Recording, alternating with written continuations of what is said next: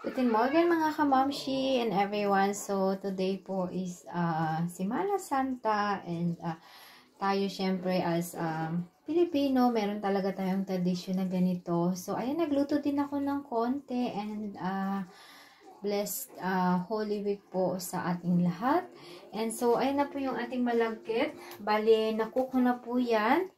And then, ano ko na ng konting coconut at saka white sugar, vanilla, and konting salt. So, ayan, naka-ready na siya mga kamamshi.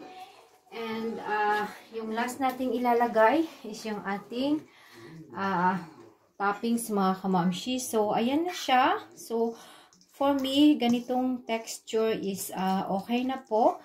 So, yung nagamit ko nitong coconut is 2 cans mga kamamshi. And 3/4 cup na sugar. Kung gusto niyo po more sweet is mag-add na lang po kayo. And then, syempre naglagay ako ng salt and yung vanilla natin. So, ganyan lang. And okay na po yan. Ganyan mga kamamshi. Syempre lagyan natin ng ganito para meron lahat ng side by side.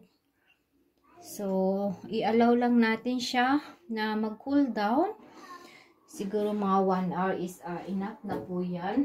So, ayan po yung ating konting pamalagkit ngayong Semana Santa mga kamamshi.